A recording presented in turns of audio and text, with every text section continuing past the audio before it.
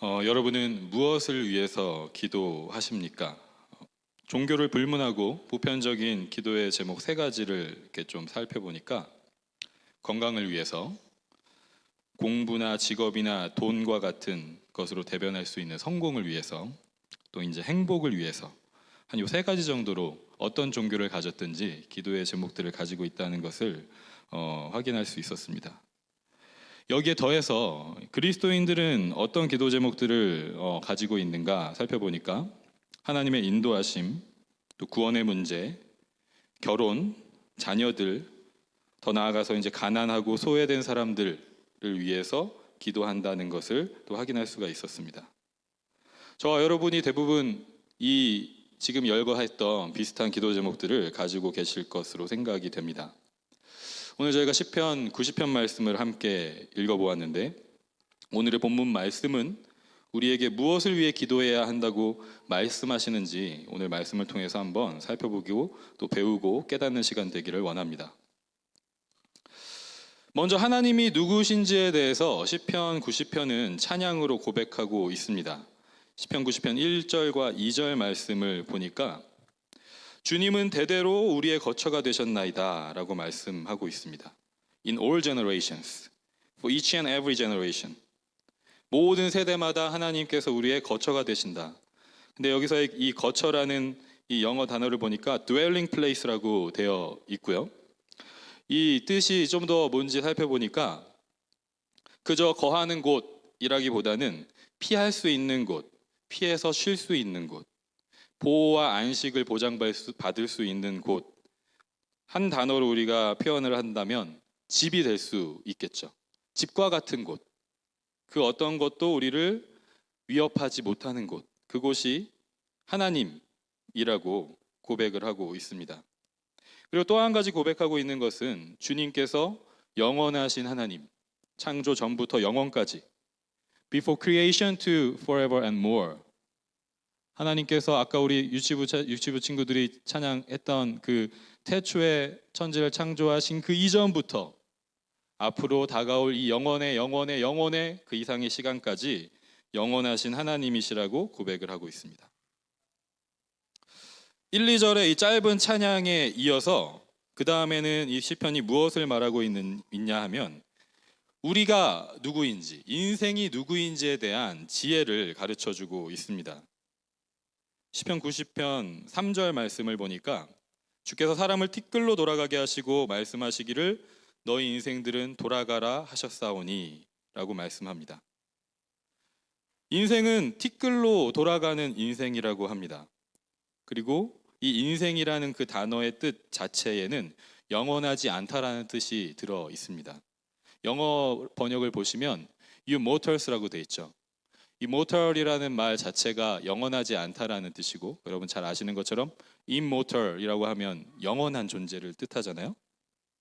그러니까 인생이라는 그 단어 자체에 영원하지 않은 그런 존재라는 의미를 담고 있다는 것이고 그래서 결국은 티끌로 돌아갈 수밖에 없는 먼지로 흙으로 돌아갈 수밖에 없는 존재라는 걸 말씀하고 있습니다. 더 나아가서 인생은 밤의 한순간과 같다. 어제 주무실 때 꾸셨던 꿈과 같이 내가 어제 무슨 꿈을 꿨는지도 잘 기억이 나지 않는 것 같은 그런 짧은 시간의 찰나와 같은 그 시간이 인생이라고 말씀을 하고 있고 아침에 피었다가 저녁에 말라서 시들 수밖에 없는 풀과 같다라고 말씀하고 있습니다. 인생이 이렇게 영원하지 않고 짧은 것은 우리의 죄와 또 그 죄에 대한 하나님의 진노하심의 결과라는 것을 또 시편 90편은 말씀하고 있습니다. 왜냐하면 하나님께서 이 말씀을 처음 하신 때가 아담과 하와가 하나님처럼 되고 싶은 그 마음에 선악을 알게 하는 나무의 열매를 먹은 직후였기 때문입니다. 창세기 13장 19절의 말씀을 우리 같이 한번 읽어볼 텐데 우리가 평소에는 항상 한글로 읽잖아요. 오늘은 영어로 우리 자녀들과 함께 영어로 읽고 또 한글로 읽고 창세기 3장 19절 말씀입니다. 네, 창세기 3장 19절 말씀을 영어로 한글로 이어서 읽도록 하겠습니다. 함께 읽습니다. By the sweat of your brow you will eat your food until you return to the ground, since from it you were taken. For dust you are, and to dust you will return. 네가 흙으로 돌아갈 때까지 얼굴에 땀을 흘려야 먹을 것을 먹으리니 네가 그것에서 취함을 입었음이라. 너는 흙이니 흙으로 돌아갈 것이니라 하시니라. 아멘. 이어서 시편 기자는 계속해서 다시 한번 인생의 짧다는 것을 강조하고 있어요.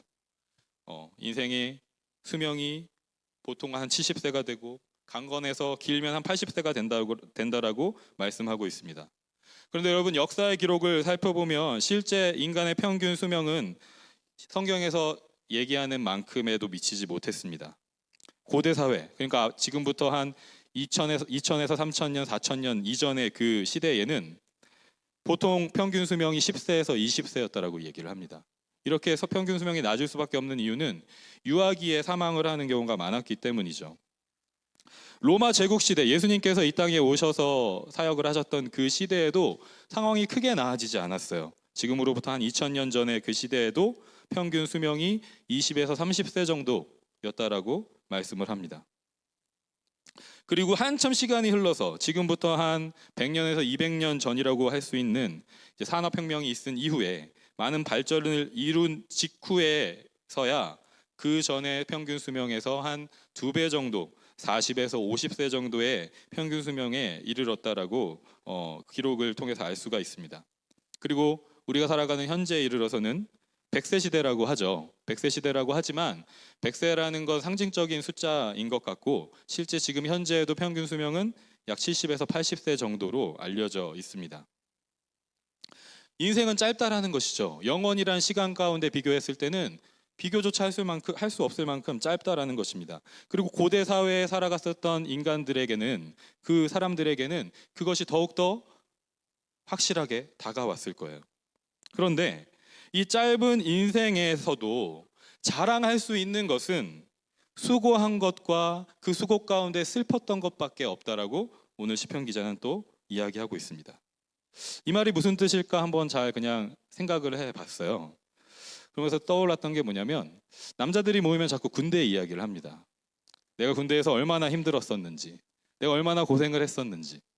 모이게 되면 내 인생에서 어떤 것들이 힘들었었는지를 자연스럽게 우리가 이야기를 하고 그 이야기를 통해서 서로 위로도 받고, 아, 이 사람은 이렇게 더 힘들었구나. 이민사회 유학생활도 마찬가지죠. 이 캐나다 땅, 먼 타국 땅에 와서 내가 유학을 하면서 얼마나 힘들었었는지, 이민 생활이 얼마나 힘든 상황 가운데 이어져 왔었는지, 지금의 스테이터스를 갖기까지 얼마나 많은 일들이 있었는지, 그런 고생한 이야기들을 하게 되는 게 그냥 우리 사람의 기본적인 습성인 것 같습니다. 어찌 보면 오늘 시편 기자가 얘기하는 것과 같이 성경적인 모습일 수도 있겠죠. 네. 그래서 여러분, 좀 힘든 얘기를 하는 분들이 옆에 계시다면 때로는 눈 딱 감고 잘 들어주시고 서로를 또 위로하고 하실 수 있었으면 좋겠습니다. 네. 그런데 왜 그럴까요? 왜 우리는 고생한 얘기들을 계속 할 수밖에 없을까요? 왜냐하면 이 땅 가운데 저도 여러분도 죄인의 그 멍에 가운데 있기 때문에 죄인들과 죄인들의 만남들이 이어질 수밖에 없는 그런 세팅 가운데 우리가 있기 때문에 서로에게 상처를 주고 또 서로를 힘들게 하는 그런 죄된 모습들이 우리에게 있다는 것이죠. 그리고 그것들이 계속 우리 인생 가운데 쌓이는 그런 기억들로 남는다는 것입니다. 인생은 짧고 또 인생은 수고와 슬픔밖에 남지 않는다. 그리고 그 인생은 마치 날아가는 것처럼 빨리 지나간다 라고 또 말씀하고 있습니다. 태어난 지 엊그제 같은데 우리 유치부 친구들 유아 세례 받은 지 엊그제 같은데 벌써 이제 유치부를 졸업하고, 유초등부 친구들도 마찬가지죠. 처음 제가 봤을 때 2학년, 3학년 정말 어린 친구들이었는데 이제 유스에 올라온대요. 그래서 유스 수련회를 같이 가요. 네. 유초등부 우리 선생님들 그동안 고생 많으셨습니다. 네. 저희가 더 잘 받아서 네. 좋은 또 추억들을 만들어 가도록 하겠습니다. 우리 중고등부 친구들도 마찬가지죠. 처음 만났을 때가 엊그제 같은데 이제 정말 대학에 가고 새로운 인생의 스테이지를 밟게 되는 그런 앞에 놓여 있습니다. 그 이후에도 마찬가지죠. 대학을 졸업하고 결혼을 하고 또 자녀를 갖게 되고 우리가 항상 하는 말이 엊그제 같은데 라는 말들을 하지 않습니까? 성경에서도 그것들을 우리에게 말씀하고 있습니다. 날아가는 인생처럼 정말 빠르게 지나간다. 이렇게 인생에 대한 이야기를 한 후에 이 시편 기자가 구하는 것이 있습니다. 그 구하는 것이 무엇이냐면 지혜를 구하고 있어요. 90편 12절 말씀을 우리 또 이번에는 영어로 NIV로 한번 읽으시고 새 번역으로도 한번 읽으시고 쉬운 성경으로도 한번 이어서 읽도록 하겠습니다. 네, 함께 읽겠습니다. Teach us to number our days, that we may gain a heart of wisdom. 우리에게 우리의 날을 세는 법을 가르쳐 주셔서 지혜의 마음을 얻게 해 주십시오. 우리의 인생이 얼마나 짧은지 깨닫게 해 주소서. 그러면 우리의 마음이 지혜로워질 것입니다. 아멘. 성경이 말하는 지혜는 우리의 날 계수함을 카운트하는 방법을 배우는 것이라고 말씀하고 있습니다. 다른 말로 하면, 더 쉽게 하면 인생이 얼마나 짧은지를 아는 것이 지혜라고 말씀하고 있습니다. 이 말은 무엇이냐면 우리는 영원하지 않다는 거예요. 그 말은 또 다르게 얘기하면 우리는 하나님이 아니라는 것입니다. 스스로 하나님처럼 되려고 했던 원죄가 깨달아지는 게 지혜라는 것이죠. 그런데 여러분, 세상은 이것을 지혜라고 말하고 있을까요? 건강하게 오래 살고 싶은 것은 사람의 자연스러운 욕구입니다. 이 욕구에 따라서 그리고 발전하는 과학과 의학의 힘으로 사람의 수명도 계속 점점점 늘어가고 있습니다. 그리고 미래의 투자 전망이 좋은 산업 중에 바이오 산업이 항상 들어간다고 해요. 그리고 이 바이오 산업의 중심에 노화에 대한 연구가 있다고 합니다. 하버드 의대 교수인 데이빗 싱클레어라는 교수님이 노화의 종말이라는 책을 출간했습니다. 이 책의 내용은 간단하게 얘기하면 노화는 더 이상 자연스러운 게 아니라 질병이라는 거예요. 노화가 생기는 이유는 유전 정보에 뭔가 소실된 정보들이 계속 생기기 때문이라는 것입니다. 그래서 이 소실을 막게 되면 노화를 지연시킬 수도 있고 방지할 수도 있고 심지어 회복도 할 수 있다라고 하버드 의대 교수가 연구에서 발표를 한 거예요. 그리고 이러한 움직임에 맞춰서 2018년에 WHO에서 노화를 질병 분류 코드에 포함을 시켰습니다. 근데 이게 여전히 논란 가운데 있어요. 이렇게 하는 게 맞는가? 질병의 정의가 무엇인지 찾아보니까 이렇게 정의를 하고 있더라고요. 가역적이면, 그러니까 되돌릴 수 있으면, 리버서블 하면 그건 질병이래요.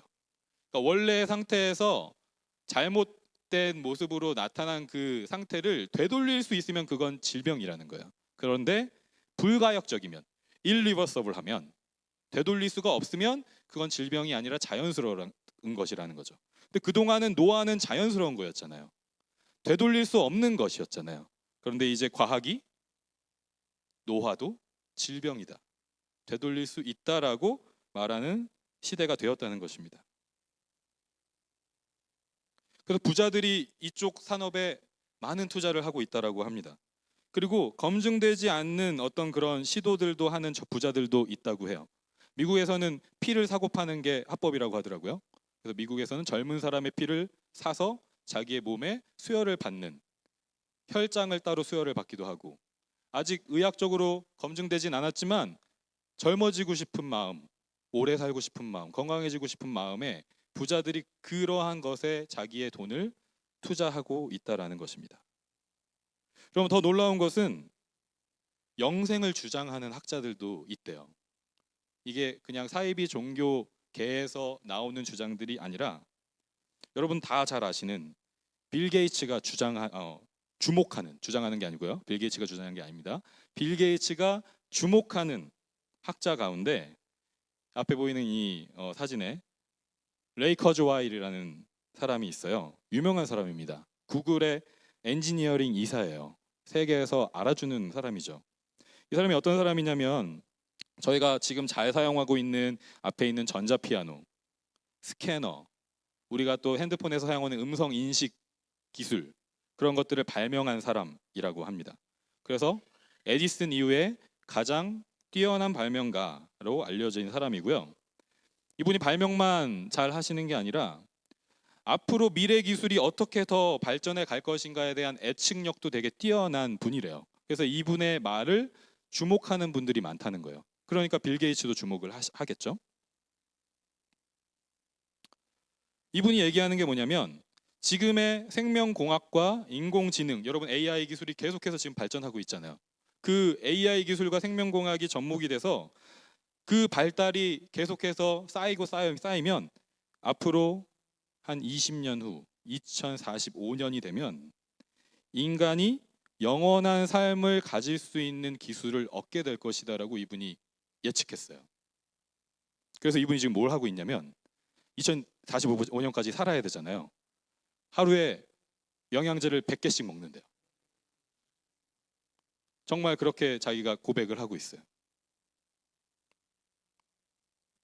여러분, 이런 일들이 지금 우리가 사는 2023년에 벌어지고 있습니다. 이처럼 이 세상은 인생은 짧고 영원하지 않다는 것을 깨닫는 것이 지혜라고 이야기하지 않아요. 그것을 거부하는 세상입니다. 하나님처럼 높아지려고 계속해서 또 다른 바벨탑을 쌓고 있는 것이죠. 최초에 쌓았던 그 바벨탑 이후에 계속해서 바벨탑을 쌓는 것과 같은 인간의 모습들이 있었다면 지금도 여전히 그러한 모습들이 있다는 것입니다. 스스로 하나님처럼 되고 싶어하는 그 죄의 권세가 다스리는 세상이 이 세상이라는 것입니다. 이러한 세상에서 우리가 배워야 할 것이 바로 오늘 본문 12절에서 말씀하는 지혜인 것이죠. 그래서 그 지혜를 달라고 간구한 후에 이 지혜를 깨달은 자들이 이어서 간구하는 것이 있습니다. 본문 13절의 말씀인데요. 우리 같이 한번 또 읽도록 하겠습니다. 네, 영어로 먼저 읽고 또 한글로 읽겠습니다. 있습니다. Relent, Lord. How long will it be? Have compassion on your servants. 여호와여 돌아오소서. 언제까지니이까? 주의 종들을 불쌍히 여기소서. 이 지혜를 깨달은 자가 이렇게 간구할 수 있는 이유는 이제 스스로 하나님이 되려고 했었던 그 죄 가운데서 있었던 존재에서 여기 고백하고 있는 것처럼 이제 하나님을 주인으로 고백하는 종이 되었기 때문이에요. 그 지혜를 배우고 나는 하나님이 아니구나. 나는 영원하지 않구나. 그것을 깨닫고 회개했기 때문입니다. 여러분, 회개가 무엇입니까? 회개는 하나님께 돌아가는 거잖아요. 그죠?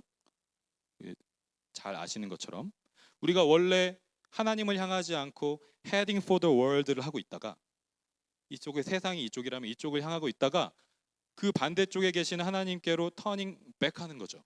그게 회개인 것이죠. 나는 내가 하나님이야, 난 영원한 존재야 라고 말하던 그 죄에서 나는 이제 하나님이 아니야, 영원한 존재도 아니야 라고 고백하는 게 회개라는 거예요. 우리가 어제까지 특별 새벽기도 No Turning Back으로 함께 기도했잖아요. 거기서의 No Turning Back은 No Turning Back to the World Again이잖아요. 그죠? 다시 세상으로 돌아가지 말자라는 거잖아요. 근데 우리가 회개한다는 것은 세상으로부터 하나님께로 돌아선 것을 말하고 있는 것입니다. 그래서 우리는 주님의 종들입니다. 여호와여 돌아오소서라고 간구할 수 있는 상태가 됐다는 거예요. 여기서 우리가 돌아온다라는 단어에 좀 집중해서 묵상을 해보면 좋을 것 같은데요. 시편 90편 3절과 13절에 이 돌아온다라는 단어가 반복해서 나옵니다. 네, 3절과 13절 같이 한번 띄워주시면, 주께서 사람을 티끌로 돌아가게 하시고 말씀하시기를 너희 인생들은 돌아가라 하셨사오니. 3절 말씀이고요. 13절 말씀이 여호와여 돌아오소서 언제까지니까 주의 종들을 불쌍히 여기소서가 13절의 말씀입니다. 그런데 여러분, 3절과 13절에 돌아온다라고 쓰인 이 단어는 같은 히브리어 단어입니다. 주님께서 사람을 티끌로 돌아가게 하시고 인생들아 돌아가라 라고 말씀하셨어요. 그런데 이 말씀이 오늘 이 시편에서 하나님의 음성으로 직접 말씀하신 유일한 말씀입니다. 그리고 그 말씀대로 모든 인생들은 티끌로 돌아가는 것이고 무덤의 먼지로 돌아간다는 거예요. 이 티끌로 돌아간다는 것은 무덤의 먼지로 돌아갈 수밖에 없다는 것입니다. 하나님을 떠나 있는 인생들도, 하나님을 주님으로 고백하는 주님의 종들도 예외가 없어요. 우리는 다 티끌로, 무덤의 먼지로 돌아가게 됩니다. 그런데 주님께서 3절에서 말씀하시는 이 말씀의 음성에는 우리를 향한 하나님의 소원도 담겨 있다는 것입니다. 돌아와라. 회개하라. 나에게 돌아와라. 티끌로 돌아갈 수밖에 없는 인생이지만 그 운명을 뒤집을 수는 없지만 나에게 티끌로 돌아가기 전에 나에게 돌아와라 라고 말씀하시는 거죠. 그리고 그 음성을 듣고 회개한 자들, 하나님께로 돌아간 자들의 간구가 바로 여호와여 돌아오소서. 내가 주께 돌아가나이다. 우리가 회개하고 하나님께로 돌아가면 하나님도 우리에게 돌아오신다는 거예요. 시편 90편의 말씀은 오늘 아까 우리 공동체 성경 같이 읽으신 것처럼 저자가 모세입니다. 이 시는 모세가 이스라엘 백성들을 출애굽에서 인도한 후에 그 신앙 공동체와 함께 드렸던 찬양과 기도라고 할 수 있겠죠. 이집트에서 탈출하는 기적을 경험했어요. 그런데 이스라엘 백성들이 그 기적을 경험하고 나서도 하나님을 온전히 신뢰하지 못하고 우상을 섬기면서 죄를 범했어요. 그래서 이스라엘 공동체는 40년의 광야 생활을 경험할 수밖에 없게 되었습니다. 그렇게 40년의 고된 광야 생활이 끝나고 약속의 땅에 들어가기 직전에 신명기 32장에 모세의 노래가 기록되어 있는 것처럼 그 노래로 하나님을 찬양하게 되는데 그것과 같은 맥락으로 지어진 시가 오늘 우리가 함께 묵상하고 있는 시편 90편의 말씀입니다. 이 노래의 간구의 내용대로 여호와 하나님께서 그들에게 돌아오셨고요. 40년의 광야 생활을 내버려 두신 것 같았지만 돌아오셨고 약속의 땅으로 그들을 인도하셨습니다. 이와 마찬가지로 이 시편은 이어지는 다음의 믿음의 세대들을 통해서 계속해서 불려지고 고백되고 또 응답되었다는 거예요. 그 이후에 이어지는 시대들을 여러분 잘 아시는 것처럼 사사시대에 어땠나요? 죄짓고 억압당하다가 회개하고 하나님께서 구원을 주시면 평안하다라고 또 잘 살다가 또 죄짓고 억압받고 그 억압이 힘들어서 다시 회개하고 회개하면 하나님이 또 돌아오셔서 구원해 주시고 이 다람쥐 쳇바퀴 도는 과정들을 계속 돌잖아요. 그런데 그때마다 그들이 회개해서 하나님께 돌아갈 때마다 하나님이 어떻게 하셨습니까? 돌아오셨잖아요.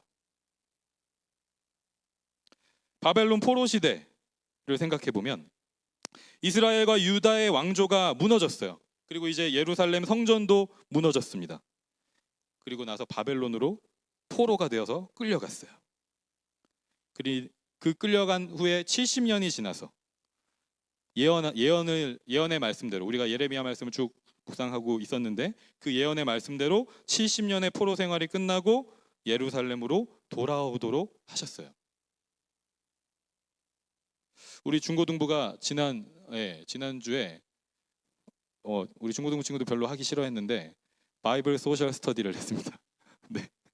지도와 연도를 보면서 하나님의 말씀이 진짜인가 한번 같이 살펴보는 시간을 가졌는데 앞에 보시는 것처럼 제가 하이라이트 돼 있는 586년 기원전 586년에 예루살렘이 유다의 수도인 예루살렘이 바벨론에 의해서 점령당합니다. 그리고 나서 시간이 흘러서 520년부터 515년까지 예루살렘 성전이 재건되는 일이 행해졌어요.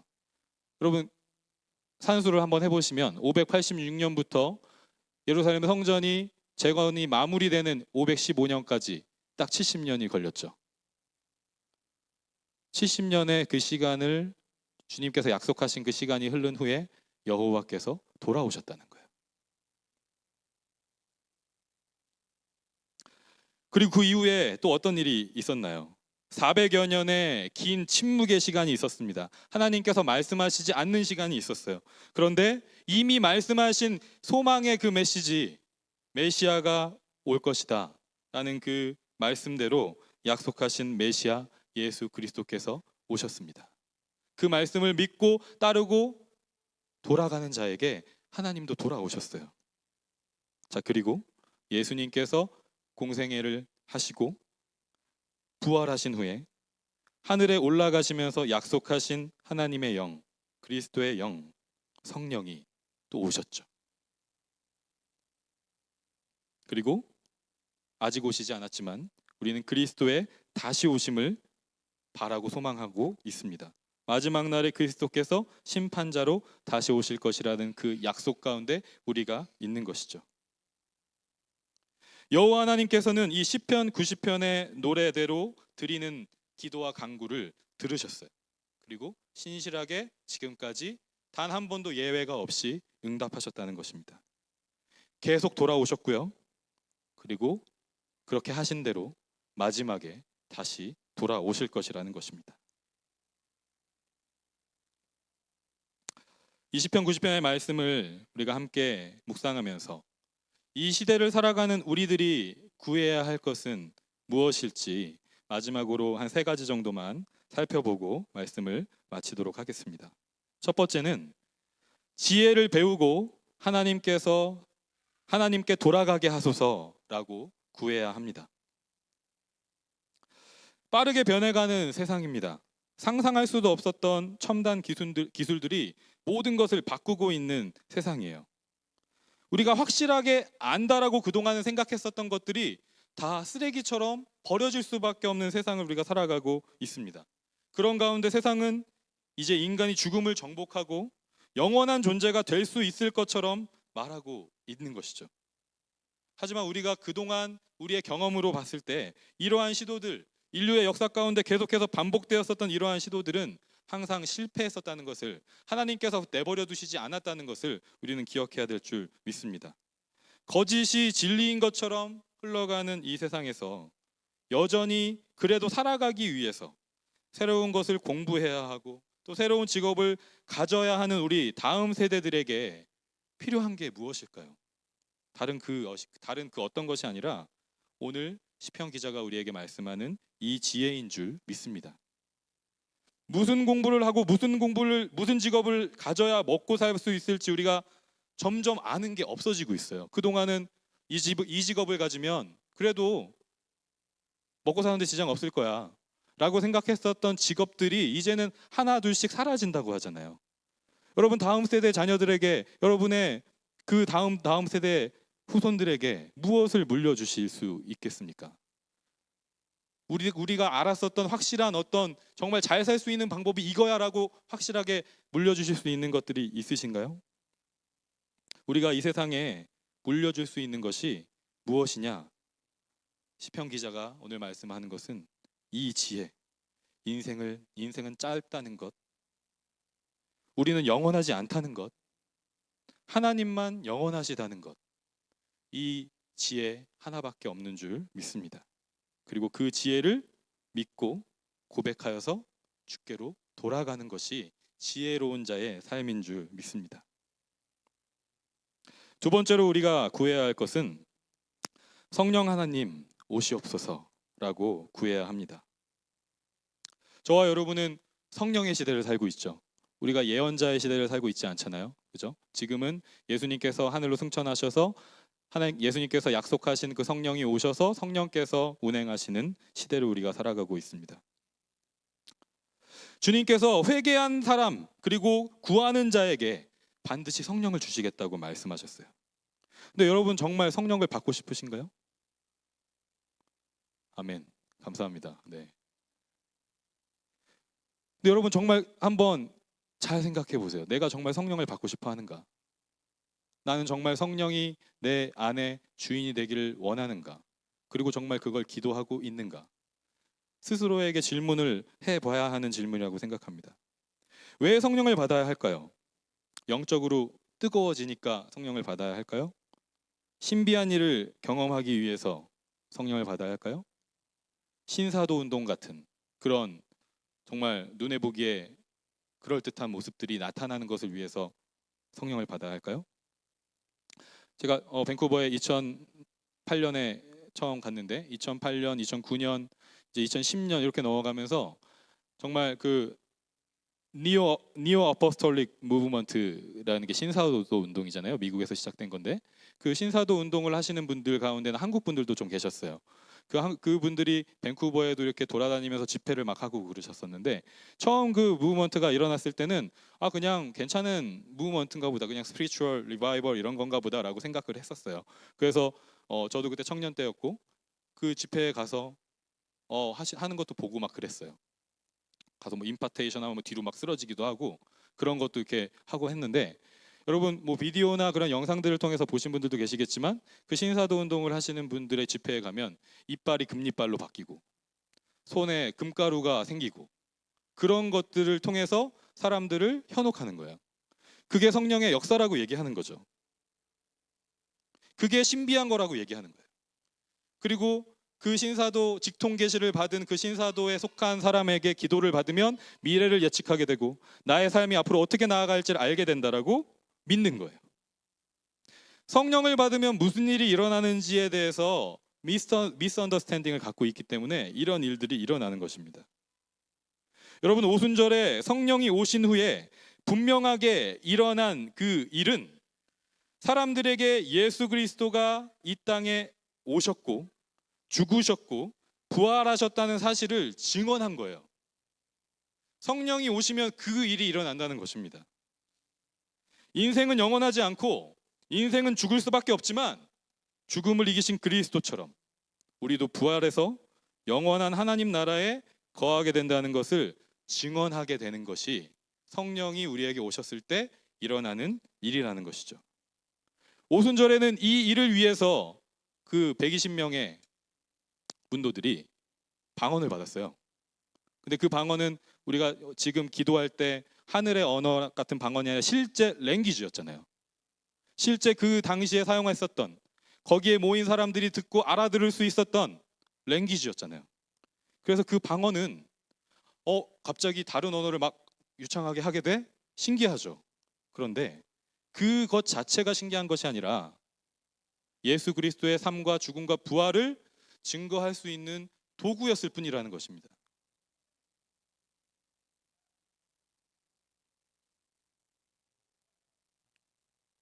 성경이 말씀하는 감춰진 신비, 비밀, 이런 표현들을 우리가 성경에서 발견하잖아요. 그런데 여러분, 그 신비와 비밀이 저와 여러분에게는 더 이상 감춰져 있지 않아요. 여기 계신 모든 분들이 이미 다 알고 계세요. 예수 그리스도께서 오셨고 죽으셨고 부활하셨고 다시 오실 것이다. 그것이 성경이 우리에게 감춰뒀었던, 구약의 예언자들은 절대 분명하게 알 수 없었던 감춰진 비밀이었는데, 지금 우리는, 이 성령의 시대를 살아가는 우리는 다 알고 깨달을 수 있다는 것입니다.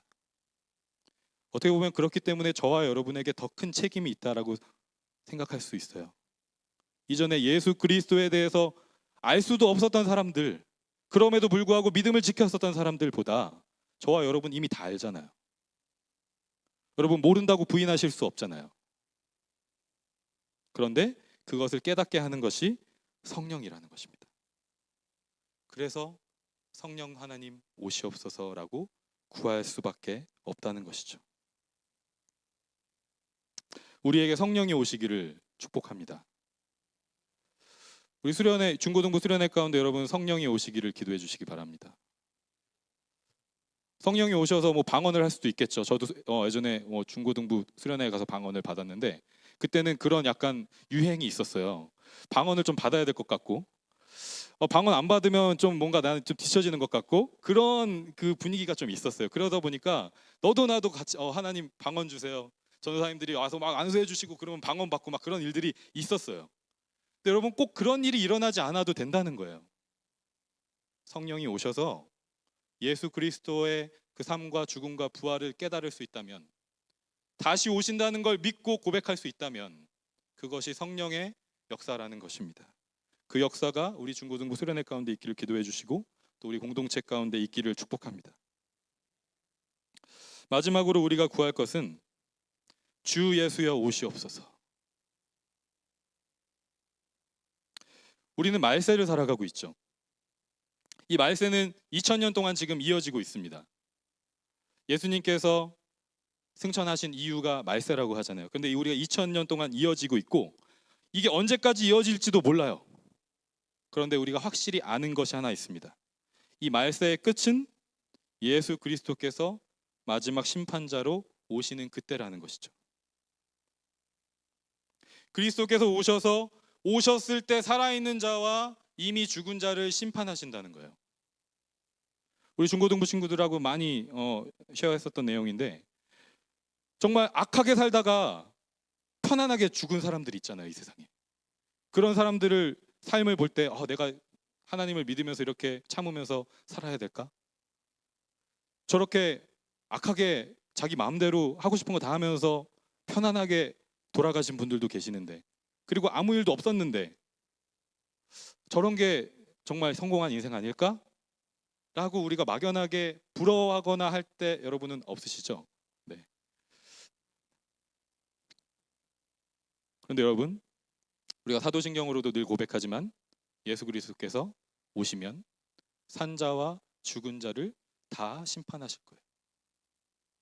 이미 죽은 자들, 하나님께서 내버려 두셨다고 우리가 생각하는 그 악인들도 심판에서 자유로울 수 없다는 것입니다.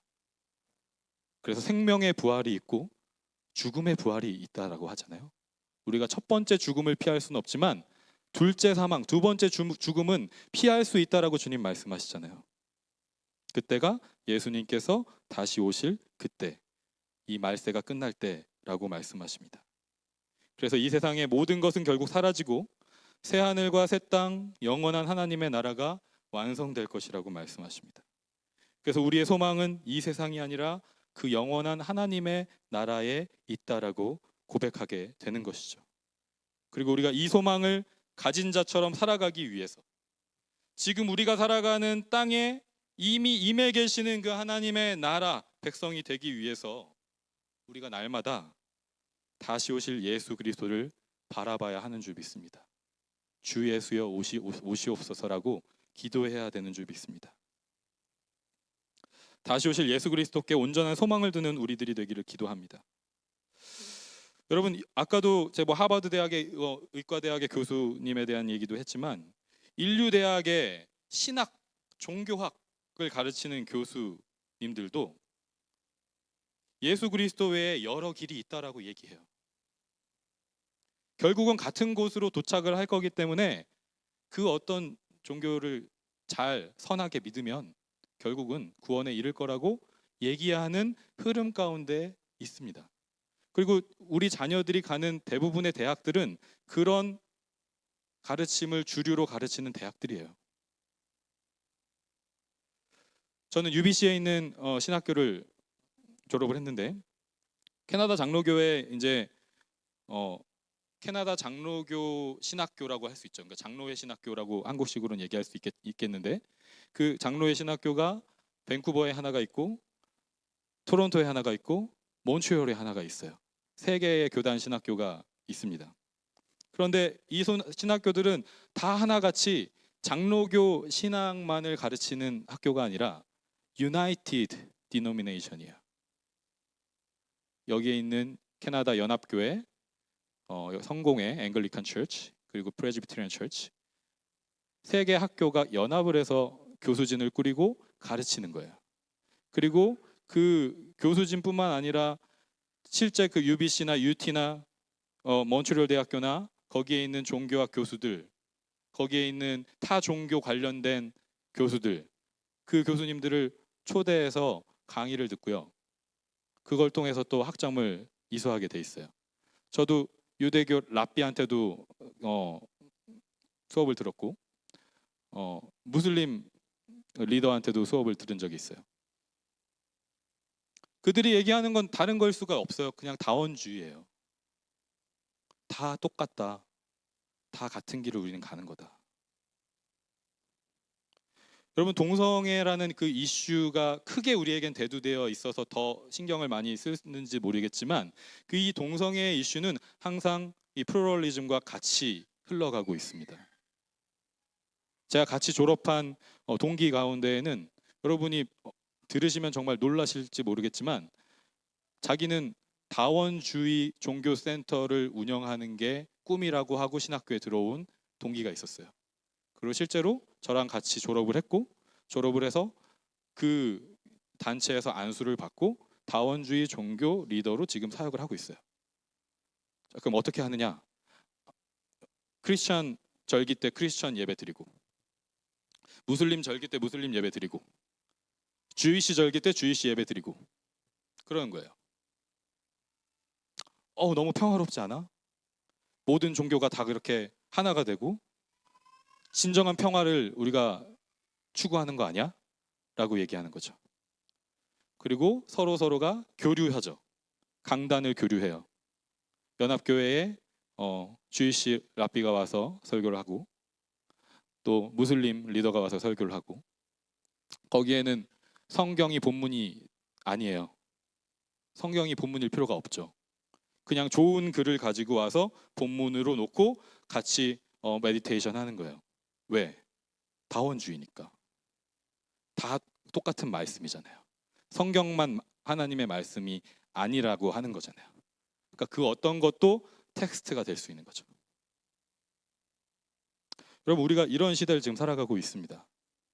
그리고 우리 자녀들이 가는 그 학교의 메인스트림 티칭의 흐름은 이런 가르침들이에요.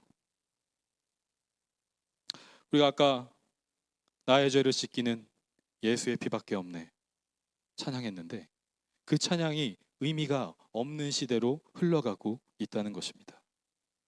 여러분 그런데 이 인류 대학들 대부분은 청교도들이 세웠다는 거 알고 계시죠? 청교도들이 퓨리탄스들이 믿음을 지키기 위해서 미국에 와서 세워진 그 대학들이 대부분 인류 대학들이 됐잖아요. 하버드가 되고 예일이 되고. 그런데 지금 그 대학들은 신학 하나님을 믿는 믿음 위에 세워진 대학들이었지만 지금은 다 변질됐어요. 거기에 하나님은 다 빠졌어요. 하버드 티올로지 유명한데 거기에 가면 하나님은 다 제외하고 가르칩니다. 그런 시대를 우리가 살아가고 있다는 것이죠. 그래서 우리에게 더 강구해야 할 기도의 제목들이 이 세 가지 기도 제목인 줄 믿습니다. 우리 찬양팀 나와주시고요. 우리 같이 한번 하나씩 저를 따라서 읽어 보면 좋겠습니다. 제가 첫 번째 읽으면 또 따라서 읽어주시면 좋겠습니다. 지혜를 배우고 하나님께 돌아가게 하소서. 성령 하나님 오시옵소서. 주 예수여 오시옵소서. 주여 오시옵소서. We relent, Lord, give us your wisdom. Come, Holy Spirit, come, Lord Jesus. Come, Holy Spirit, come, Lord Jesus. 아멘. 이 간구함이 우리 공동체 가운데, 여러분의 가정 가운데, 또 여러분의 자녀들의 삶 가운데 하나님의 응답으로 열매 맺기를 축복합니다.